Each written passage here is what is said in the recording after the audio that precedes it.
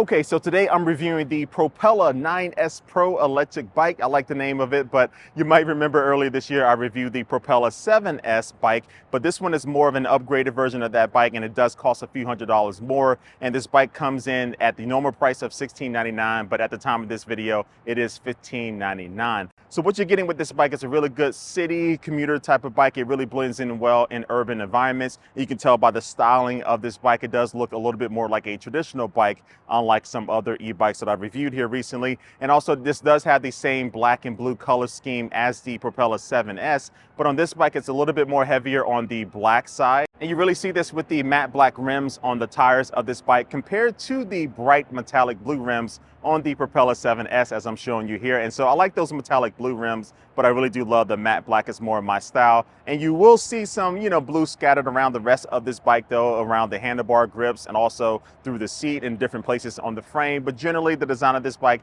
looks really good, especially for an urban environment. And as far as cable management up front, it's pretty good, but you will know that some of the cables, like the brake lines and stuff, are going to be external. So if you are going to pick up this bike, like right under here, you will find some cables. You will feel those. So if you are picking them up, just be a little bit careful to not kind of tug on those cables. And yeah, that just brings me to the one thing about this bike that I do want to see upgraded in the future, and that is just to have these cables all fully integrated in the bike for a cleaner look, but also less possibility for things to get damaged, especially when you are moving this bike around. And this bike also comes with front and rear fenders to keep you protected from some of the elements that will be on the ground, mud, water, all of that good stuff. And also it does have a place for you to mount a rear rack in the future if you do want to buy one and add that on later. Now up on the handlebars, you will find a pretty good display, which I do like because it is bright in sunlight, but also it is a color display. So it does help break up some of the information that is shown on the screen, like your distance travel, your speed, and also the different pedal assist level that you might be in.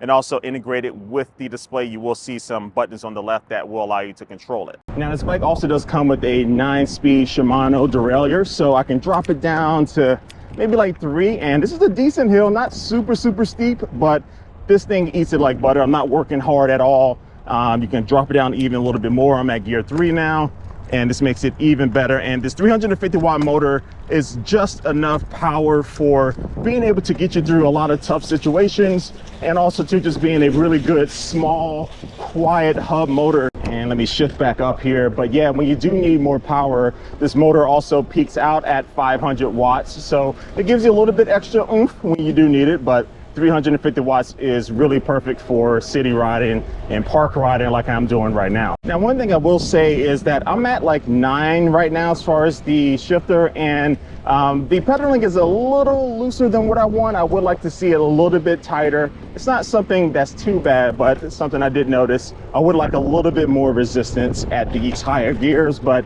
some people might not find to have that be a problem for them. Now this bike also doesn't have any type of suspension system, so going on paved bike paths like this is definitely going to be the ideal way to ride this bike. But I'm going to go in some grass right now.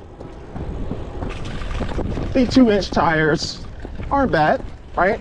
They're not going to be ideal for doing a lot of off-roading and stuff, but they give you enough cushion for going off in grass and things like this. But you can always add a suspension seat post if you want. That definitely would be my recommendation. Oh, and speaking of seats, the seat on this bike is small, it's skinny. It's not my favorite type of seat. It's not as uncomfortable as I thought it would be compared to other seats like this that I've used, but it is one of those things that I would swap out for a bigger seat, but it might not be an issue for you. And right now, let's see the top speed I can get. I'm at 22 miles per hour.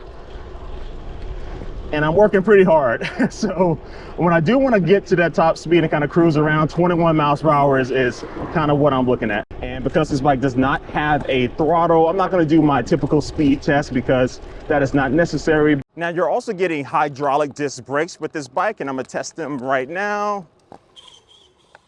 Oh yeah.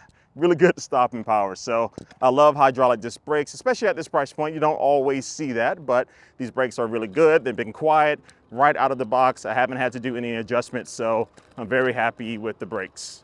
All right, so now let's talk about the battery. So the battery can be easily removed using one of the 3 keys that this bike does come with. Normally you see 2 keys, but you get 3, and you can just go ahead and unlock it, and then now you can take it inside and charge it if you want. And this is a 36 volt, 360 watt hour battery that does take around 2.5 hours to fully charge, and will give you a range between 25 and 45 miles, which is a good range, especially for the city. You might not be riding, for a couple of days on this thing, but I think it's gonna be good for most people trips. And then also, this is about 42% bigger than their standard battery that does come on some of their other bikes. So this Pro version of their battery will be giving you a little bit more oomph when it comes to your range if you are looking for that. All right, so it's pretty windy out here right now, and it's getting cold out here in St. Louis. So let me wrap up this video. So this Propella 9S Pro for the $1599 sale price, I think it's a good bike and definitely a really good upgrade over the 7S. I like that bike, but the refinement with this bike definitely will probably make me want to spend a little bit more if you're kind of trying to decide between the two. But hydraulic disc brakes, decent sized motor that does have enough power for most people in city riding, and it's a pretty good looking bike too. So I think Propella did a really good job with this, and I'll drop a link down below in the description for this bike if you do want to check it out more. But let me know what you think about this bike in the comments down below. But until next time, I want to thank you for watching this video, and I will catch you later. Peace.